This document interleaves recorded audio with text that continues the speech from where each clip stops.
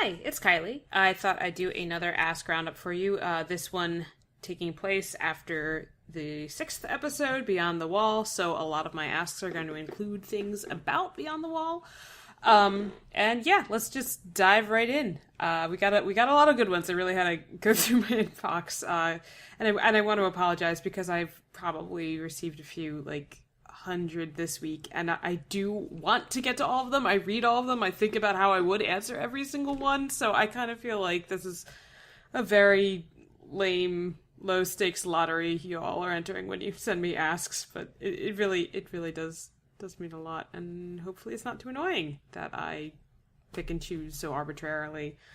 Anyway, let's just get to it. Anonymous said, that honeypot of the one white left standing after killing the main White Walker is hilarious. I mean, does that mean somewhere in the wrangle a single white spontaneously combusted? That's how the others knew something was up? Like, damn it, I think Carl just died. His white blew up. Yeah, okay, so for anyone who doesn't know, in the newest episode it was revealed that, if you kill the White Walker that personally rezzed the whites, then all the whites that he or she was in charge of die, or blow up or whatever it is because they're already dead. So the one white was just like, oh, must have been rezzed by a different White Walker. That's the one they happened to kidnap.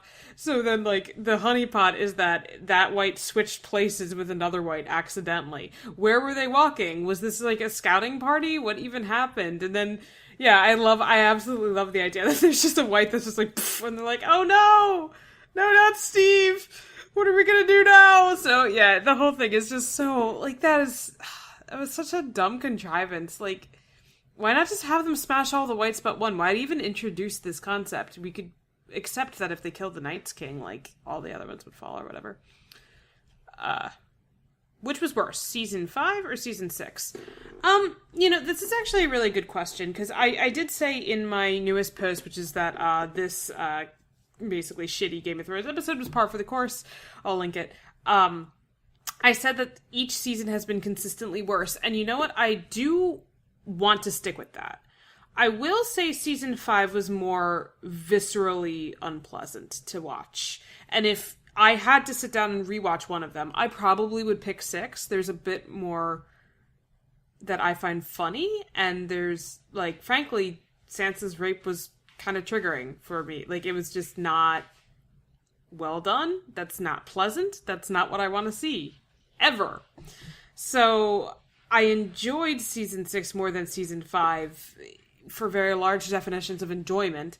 But I do think season 6 was worse quality in terms of writing, and I think it's pretty easy. The less scaffolding they have from the books, the worse it becomes. And what we see in season 6, where the contrivances like the Bastard Bowl, at least Stannis approaching Winterfell made some sense in season 5, But, the bullet train going around north, and the Northern Lords just, not even caring about stuff. It's just a difference. The plotting has gotten lazier and lazier and lazier, and the contrivances have gotten more and more and more.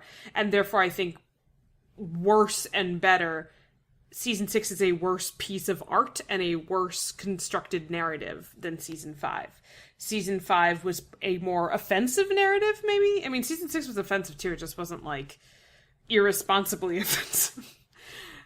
Yay. Do you think D&D will leave any characters alive that will potentially be dead by a Dream of Spring? I mean, why not? They've killed off characters that are still alive, and, I'm trying to think if they actually did leave anyone alive. They've foregrounded Bronn. I wouldn't be shocked if Bronn dies in the books and he lives to the end of Game of Thrones. But even major characters, I don't see them really caring about this. I mean, this is a show that, raped Sansa instead of Jane Poole. I just don't really see why anyone really thinks D&D are so committed to Martin's vision for the books. They obviously don't care. So, yeah, why not? Bronn is a good contender. Sandor is a good contender. Not that I think Sandor's necessarily going to die in the books, but I do think that his thematic purpose has been served, and he's not really going to come back. I know that that's, a lot of people disagree with that one, but, yeah.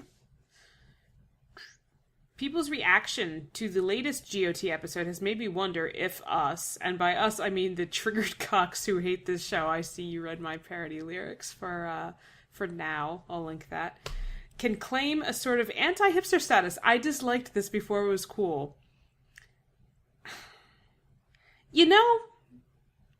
I hate that I kind of had that reaction a little bit. Like, I mean, the piece I wrote saying this was par for the course, that wasn't like, oh, you should have been on my side all that time, or I felt I saw this already. It was more just like, why this episode? I don't get why this episode was so much worse.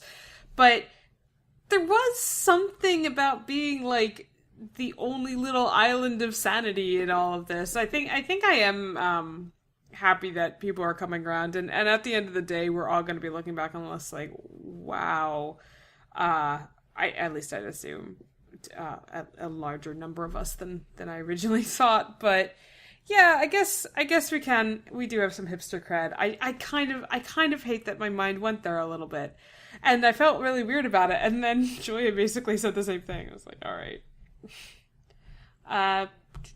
Drubbles said to GOT Gifts, I think I know why Doryn stands out as uniquely bad, at least for book fans. It's one of the first examples where you can't help but see that D&D have lost interest in adapting the novel so far. Poor characterization or world building can be ignored by people projecting what you know onto the books onto the show. Plot holes and compound characters can be excused as unfortunate adaptational necessities, but Doryn shows a complete, unrepentant departure from the plot, exposing the nonsense clearly.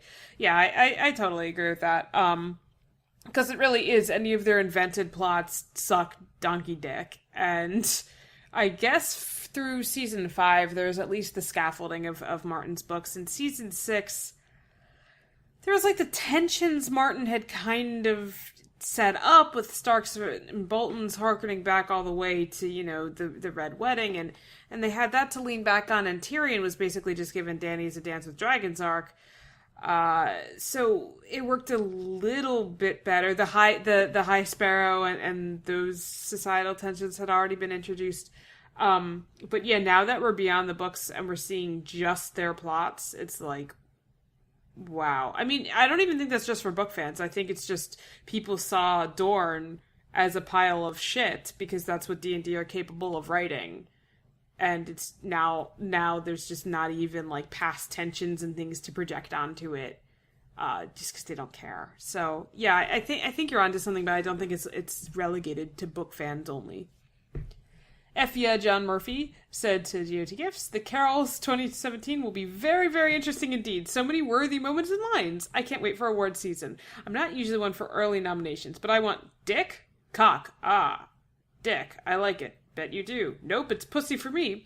To win in the most Emmy-worthy line category already. I'm fully aware there's a lot of competition, but I literally cannot believe trained actors had to say those words out loud with a straight face.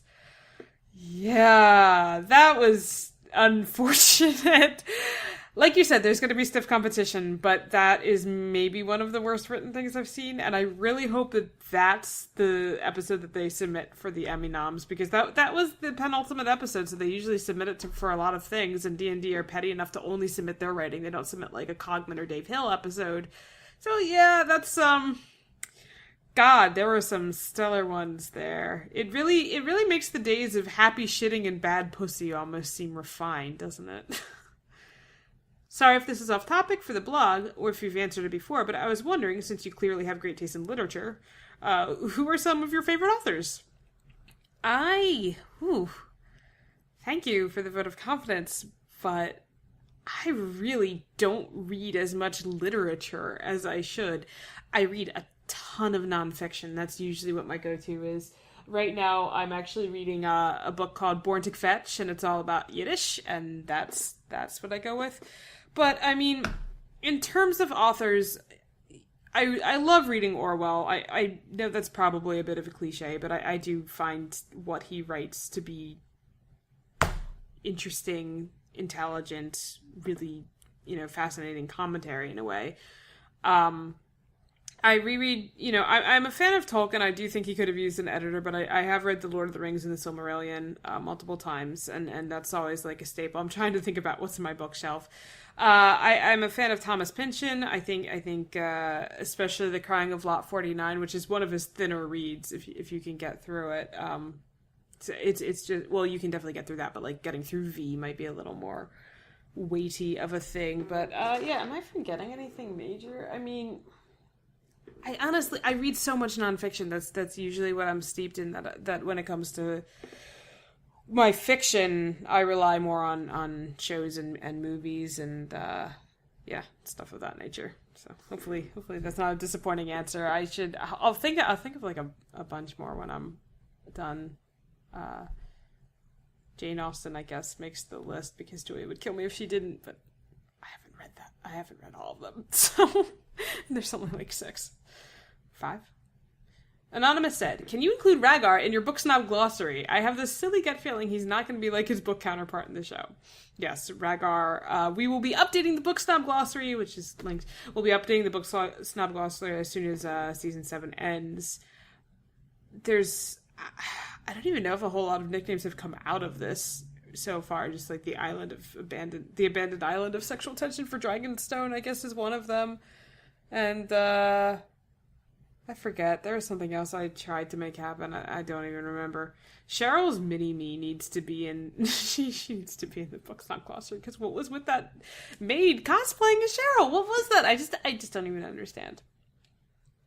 Maid So Fair said, nothing showcases the showrunner's arrogance and hypocrisy quite so much as insisting on constantly breaking the fourth wall, something only the best artworks can get away with, and usually only occasionally, by turning the show into one giant meme, followed by a series of earnest confusion about why people focus on the implausible impossibilities of Raven travel times instead of getting immersed in the narrative and simply enjoy the show. Classic cake of having your cake and eat it too. Alex, you know that makes no sense. I have some cake and I eat it. You're saying I can't do that? Sorry. Just gonna quit some holiday in this on there. Yeah, no, you're completely right. I mean, this show is a giant meme. Like, the Gendry rowing joke, I half expected him to fucking wink at the camera. Like, what is this? What?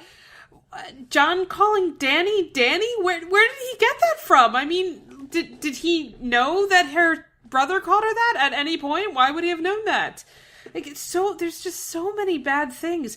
Even, like, Sandor's chicken jokes, like, oh, I prefer chicken. Yeah, oh, remember that time he joked about chicken? Ha! So, yeah, like, how am I supposed to be immersed when I'm just thinking about, like, you know, the fucking image flips that I've seen on Twitter, like, right after your show? But, yeah, no, it's just lazy, and all they do is write to what they think the fans will enjoy, and, you know, they're not wrong. It's not good. Might the show have actually benefited from something akin to the 5-year gap? Absolutely. The show should have taken 5 years off and just not been seen of or heard from at all, with the hopes that Martin would then have another book for them. Yes. I'm confused why you were agreeing, saying Sansa won Winterfell back. Jon deserved no credit, but neither did she. Littlefinger handed her everything on a plate. All she did was ask him for help. Furthermore, her taking credit for dumb luck and teleportation involved in the Vale's rescue, which she didn't know about, and saying the Vale fought for her, which is why Littlefinger still needed, showed a downright Trumpian willingness to take undeserved praise for the work of others. I mean, this is a problem where there were so many off-screen contrivances for this to happen. So, like, you could say, oh yeah, you know, Littlefinger deserves all the credit because he convinced Robin on the show. Sorry. He convinced Robin, and he took Moat Cailin off-screen, and he got the army there. But he was doing it, for her.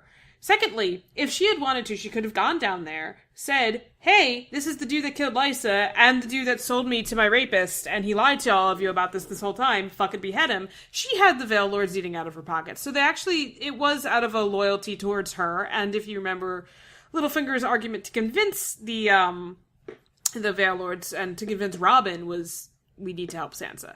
So, like, it's passable in that way, but I think what it is just... She really was the one shouting at Jon, don't fight this battle. You can't win with these numbers. And he was saying, where are we going to get more numbers? So she did everything she could to try to get him to delay, to use not Littlefinger as an option, because she didn't think he was a trustworthy ally and she didn't want to give him anything. So then the fact that she should have told him, but she goes off and she's the one who's like, all right, fine, I'll just get us a fucking army, I'll swallow this, and I'll trust in, you know, the person who sold me to my rapist, even though it's a hard thing for me to do. And that's what she did, and that's what won them Winterfell. She's not, like, she's kind of right about that. All Jon really did was get wildlings to fight for him and then get them all killed. So I think it's maybe just in comparison to Jon, she deserves a lot more credit. Littlefinger, the savior of Winterfell, I mean, I guess no one deserves any credit because everything that happened was just creatively, it made sense because Benioff and Weiss wanted it to happen. And on that note, I will talk to you guys next time.